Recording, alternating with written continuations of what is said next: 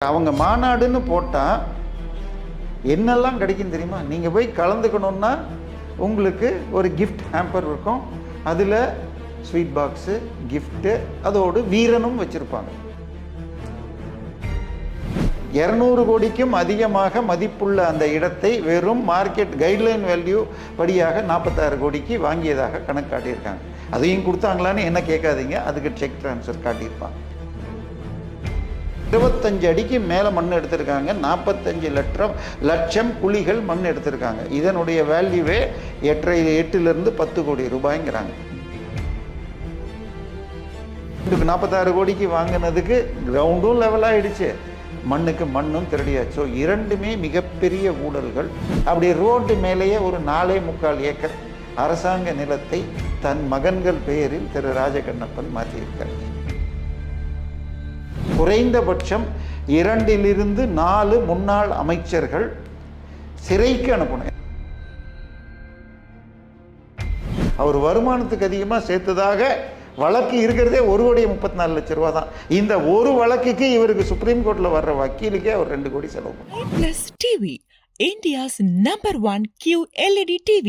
Crystal clear picture quality with 3-year replacement warranty. Smart voice, smart entertainment. 4ஆம் தொன்னையர்கள் அனைவருக்கும் வணக்கம். இன்று நம் நிகழ்ச்சியின் சிறப்பு விருந்தினர் அரசியல் விமர்சகர் திரு தேவப்பிரியா அவர்கள் இணைந்துள்ளார். வணக்கம் சார். வணக்கம். ஏவா வேலு அவர்கள் கொஞ்ச நாளைக்கு முன்னாடி பார்த்தீங்கன்னா சாலை போட்டு தருவதாக கூறி பண மோசடி செய்தார்னு ஒரு வழக்கு வந்துச்சு. அதோட வழக்கு நேற்று தான் நீதிமன்றம் வந்துச்சு. அதற்குள்ள இன்னொரு வழக்கு இப்போ வந்திருக்கு சார். அது என்ன வழக்கு, எதற்கான வழக்கு, பின்னணி என்ன சார்?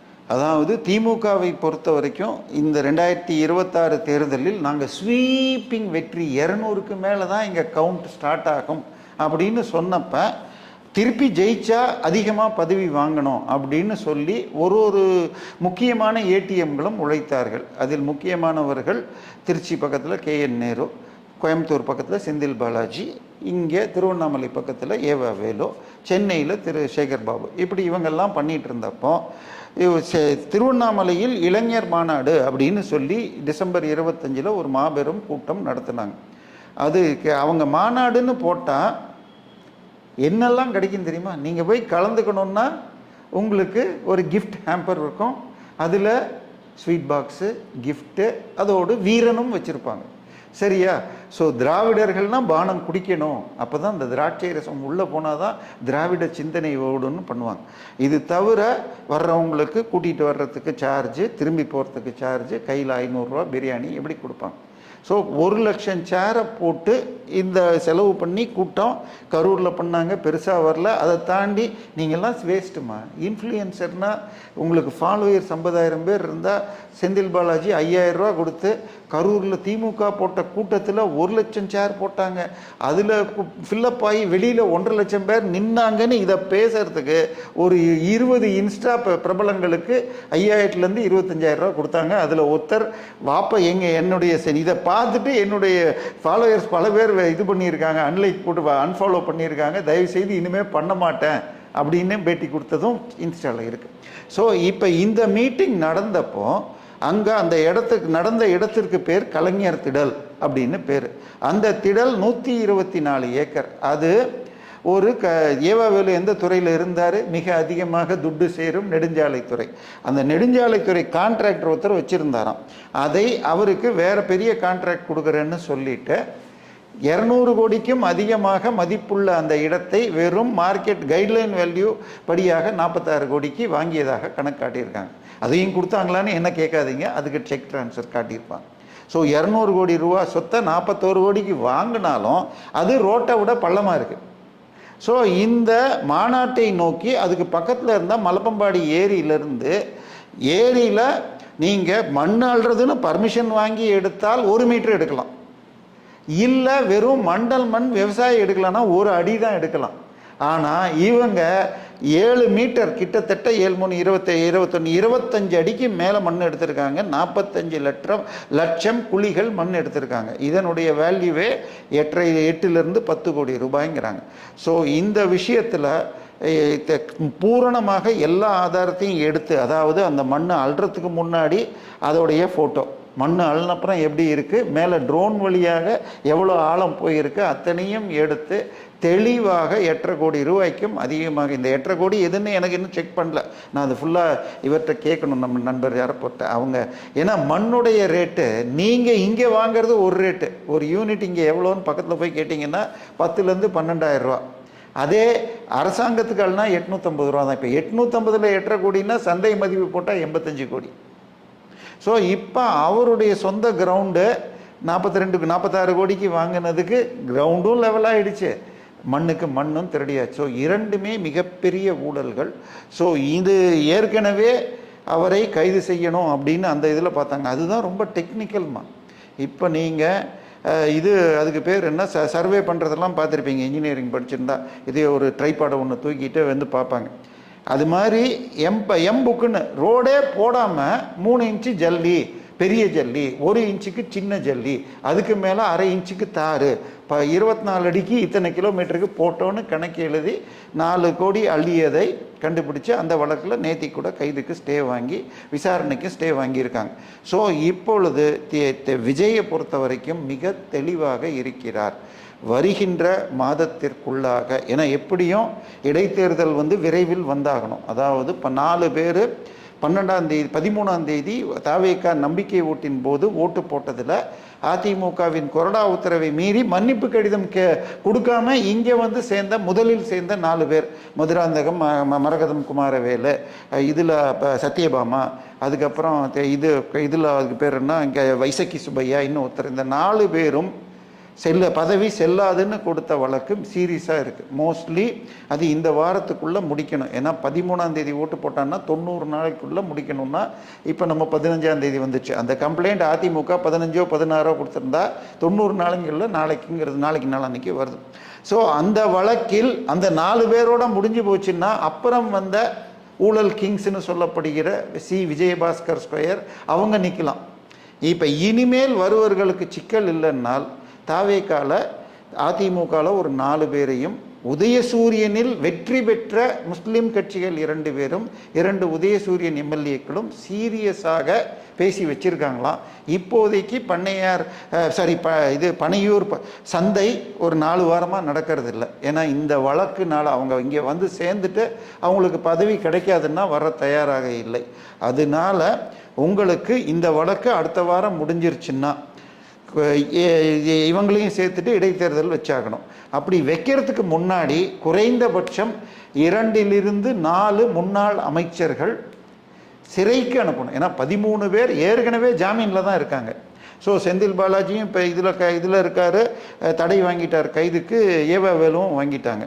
ஸோ ஏவாவேலுடைய புது வழக்கு சேர்ந்தால், அதே மாதிரி நம்ம இங்கே எங்கே இருக்கிறோம், கிண்டியில் இருக்கிறோம், இங்கேருந்து நமக்கு ஒரு 2 கிலோமீட்டர் போனீங்கன்னா அப்படியே ரோடு மேலேயே ஒரு 4.25 ஏக்கர் அரசாங்க நிலத்தை தன் மகன்கள் பெயரில் திரு ராஜகண்ணப்பன் மாற்றியிருக்கார்.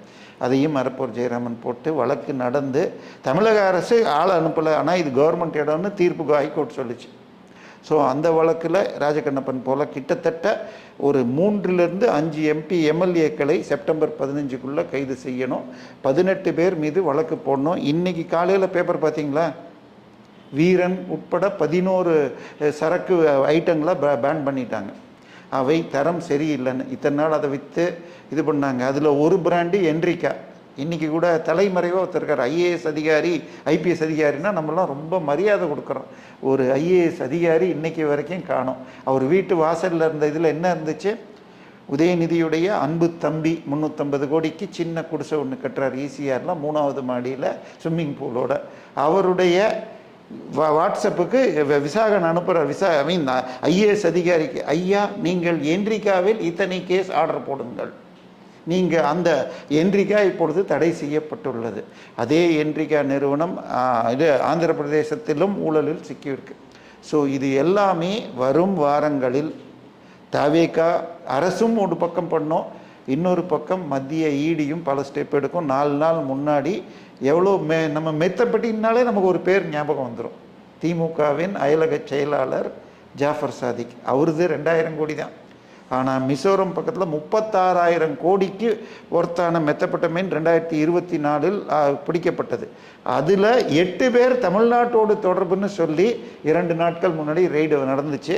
அதில் என்னையே பண்ணியிருக்காங்க. அதில் யார் என்ன சிக்கிறாங்களா, அரசியல் புண்பலமா எதுவும் தெரியாது. ஆனால் இப்போ இந்த ஏவாவேலு அவர்களுடைய வழக்கு எந்த நிலுவையில் இருக்குது? நீங்கள் சொன்னீங்க 4 அமைச்சர்கள் கிட்ட கைது பண்ணணும்னு. அந்த லிஸ்ட்டில் யார் பேர் இருக்குது சார்? இல்லை, கண்டிப்பாக இந்த வழக்கு, அதாவது ஏவாவேலு ஏற்கனவே அந்த நெடுஞ்சாலை சாலை போட்டதாக எழுதின வழக்கில் ஸ்டே வாங்கிட்டாரு.